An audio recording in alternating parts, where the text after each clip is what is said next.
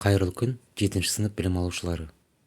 Дүниежүзі тарихы пәнінен қарастыратын кезекті сабағымыздың тақырыбы неліктен Америка құрама штаттары әскери кемелерін Жапонияға аттандырды деп аталады.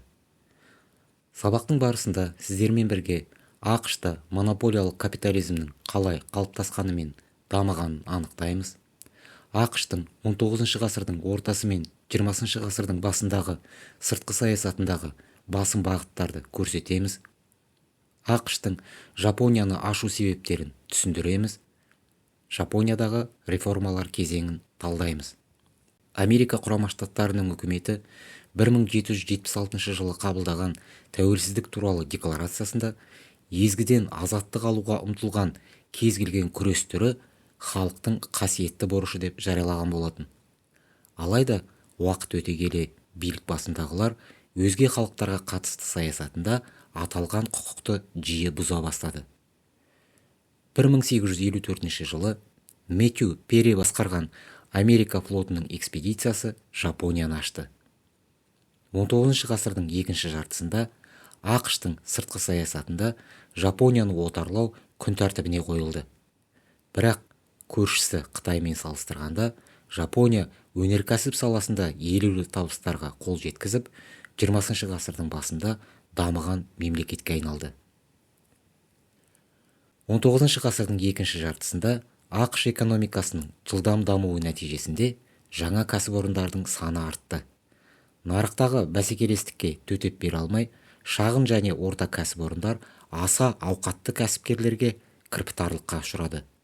Біртіндеп нарықта бір ғана тауарды, өнімді, қызметті ұсынатын алғашқы монополиялар пайда болды. Монополиялар дегеніміз кәсіпкерлік қызмет саласында бәсекелесі жоқ ірі капиталистік кәсіпорындар. Осындай ірі монополистің бірі Стандарт Ойл мұнай компаниясының қожайыны Джон Рокфеллер еді. Ол бәсекелестерімен күрес барысында қылмыскерлерді жалдау, қорқыту және бопсалау әдістерін қатар жүргізді. Нәтижесінде ақш-тың барлық аумағында мұнайды өндіру мен өңдеуді толық бақылауына алды. Біртіндеп мұндай монополистер өндірістің басқа салаларында да көрініс тапты. Мәселен, Форд компаниясы автомобиль құрастыру, Карнегидің болат тіресті металлургия саласына жеке дара қожалық етті. Монополистік капитализмнің дамуымен қаржылық капитал пайда болды. Банктер мен өнеркәсіп капиталы қосылу нәтижесінде ірі кәсіпкерлердің тобы немесе магнаттар дүниеге келді. Магнаттар елдегі экономикалық және саяси жағдайға ықпал ете бастады. Осындай магнаттың бірі Джон Морган болатын. Ол темір жол құрылысын қадағалап, болат өндіретін бірнеше ірі кәсіпорындарды құруға қатысты. Атлант мұхитындағы жолаушылар тасымалын қаржыландырды. 19 ғасырдың соңына таман монополия иелері елдегі мемлекеттік билікті толығымен бақылауда ұстады. ақш-тың кейбір президенттері елдегі биліктің шын мәнінде үлкен бизнес өкілдеріне тиесілі екенін мойындауға мәжбүр болды. Монополистер сайлау науқандарын қаржыландырып, саяси партияларға материалдық қолдау көрсетті. Экономиканың барлық салаларындағы қарқынды өсім нәтижесінде ішкі нарық тауарларға лық толды. Америкалық өндіріс иелері өнімдерді сыртқа өткізетін жерлерді биліктен талап ете бастады. ақш-тың 19 ғасырдағы сыртқы саясатының өзгеруіне ел президенті Джеймс Монроның 1823 жылдың 2 желтоқсанында парламентке жолдауы маңызды рөл атқарды. Монро доктринасының негізгі ұраны Америка америкалықтар үшін деп аталды. Аталмыш құжат арқылы ақш тәуелсіздігін алуға ұмтылып жатқан оңтүстік Америка елдеріне қарулы әскер кіргізуге дайындалып жатқан батыс Еуропаға қыр көрсетті. 1893 жылы ақш Гавай аралдарын басып алды. Әрі қарай америкалықтарды Кариб бассейніндегі маңызды стратегиялық аймақ қызықтырды. Осы аймақ арқылы олар оңтүстік Америкаға ықпал ете алатынын түсінді. 1898 жылы Испан-Америка соғысы басталып, нәтижесінде ақш Пуэрто-Рико аралын өзіне қосып алды. Бұдан кейін Кубаның ішкі ісіне араласып, конституциясына түзету енгізді де бағынышты етіп қойды.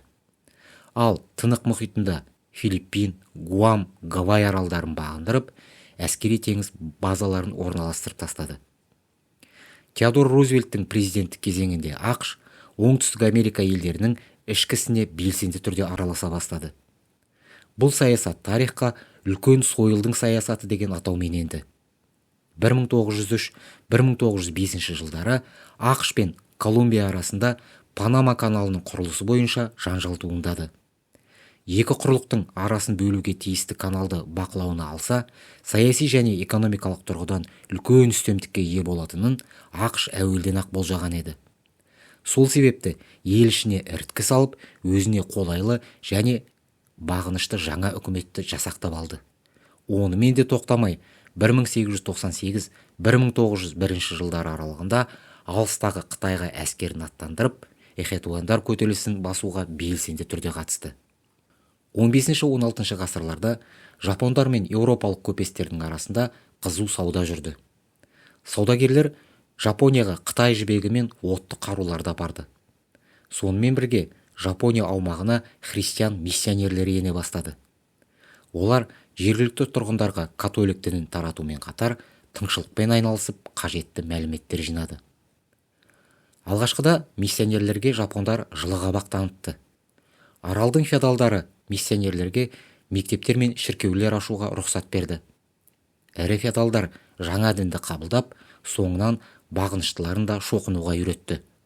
Мұның барлығы еуропалықтардан арзан бағамен көп мөлшерде отты қарулар алу үшін қажет болды. Ал отты қаруға ие болған феодалдар қарсыластарына күш көрсетіп, жерлерін тартып алуға кірісті. Шетелдіктердің сауданы сылтау етіп, халықты басқа дінге бет бұрғызғаны, феодалдар арасында жанжалдардың жиілеп кетуі Сегунның мазасын кетірді. Ол сарайындағы шетелдіктермен байланысы бар шенеуніктерді қызметінен қуып, ел аумағында басқа дінді таратуға тыйым салатын жарлық шығарды. 1636 жылдан бастап Жапония аумағынан рұқсатсыз кететін адамдарға өлім жазасы бұйыратынын жариялады. Алыс қашықтыққа сапар шегуге арналған үлкен кемелер жасауға мүлдем тоқтау салды. 1637-1638 жылдары жапондық христиандардың көтерілісі болып өтті. Көтерілісті әрең басқан Сегун Жапонияны шетелдіктерден мүлдем оқшаулауға бекінді. 1853 жылы ақш үкіметі Жапонияға әскери кемелерін жіберді. Эскадраны адмирал Мэтью Перри басқарды. Бу қозғалтқышының көмегімен жүретін америкалық кемелерді көрген жапондар қатты қайран қалды. Адмирал Перри сауда жасауға келісім берілмесе, Киото қаласын зеңбіректермен атқылаймын деп қорқытты. Сарайдағы шенеуніктермен ақылдасқан Жапония Сегуны сауда келісімін жасауға көнді. 1854 жылдың 31 наурызында Канагава шартына қол қойылып, ақш әскери теңіз флотының күшімен саяси қысым жасау арқылы Жапонияны ашуға қолы жетті. Енді тарихи деректермен жұмыс жасайық. ақш пен Жапония арасындағы бейбітшілік пен достық туралы Канагава шартынан үзінді оқыңыздар. Жапониямен шартқа отырған соң ақш қандай артықшылықтарға ие болды деп ойлайсыз? Төмендегі кестеге саяси және экономикалық артықшылықтарын бөліп жазыңыз.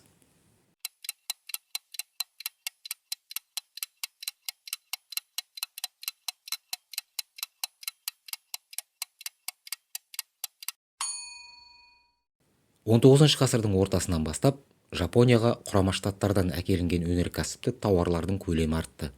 Бұл өз кезегінде жергілікті көпестер мен қолөнершілердің жағдайын күрт нашарлатып жіберді. Жапондықтар техникалық, экономикалық жағынан артта қалғандарын және саяси жүйенің әлсірегенін түсінді. Халық мемлекетті күшейту үшін билік басына императордың келуін талап ете бастады.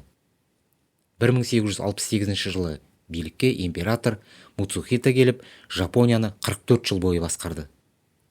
Сегун мемлекетті басқару ісінен аластатылды. Елді жаңғырту мақсатында Муцухита көптеген реформаларды жүзеге асырды. 1899 жылы Жапония тарихында алғаш рет конституция қабылданды. Үлгі ретінде Пруссия конституциясы негізге алынды. Қос палаталы парламент құрылды. Жергілікті князьдердің билігі шектелді. Мемлекет жаңа әкімшілік бірліктерге, губерниялар мен префектураларға бөлінді. Оларды император тағайындаған шенеуніктер басқарды. Шаруаларға жер сатып алуына, жеке шаруашылығын жүргізуге, артық өнімін базарда саудалауға мүмкіндік берілді. Міндетті әскери қызмет енгізілді. Самурайлардың сословиясы алынып тасталды. Жауынгерлерді әскери дайындықтан өткізу кезінде самурайдың ар-намыс кодексі бусидо басшылыққа алынды. Бұл Жапония армиясының соғысқа қабілеттілігін арттыруға әсерін тигізді. Мемлекет аумағында ортақ ақша бірлігі иена енгізілді. Жапония ұлттық нарығын қалыптастыру үшін барлық жағдайлар жасалды. Өнеркәсіпті дамытуға мән беріліп, үлгілік зауыттар салынды. Темір жол құрылысы қарқынды дамыды. Киото мен Токио арасын жалғайтын темір жол салынды. Елді мекендер арасында телеграф желілері тартылып, пошта бекеттері қойылды. Міндетті бастауыш білім алу енгізілді. Осындай реформалар нәтижесінде күшейіп алған Жапония сыртқы саясатта басқыншылық бағытты ұстануға бет алды.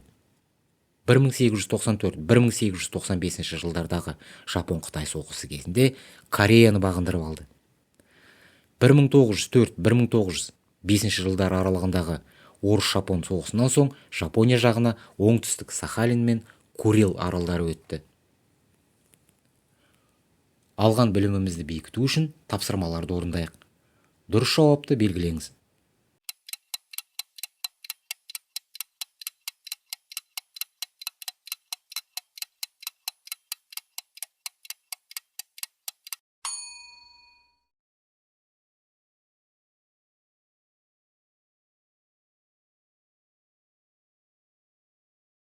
Адам есімдерін, құжаттарды жылдармен және жетістіктермен сәйкестендіріңіз.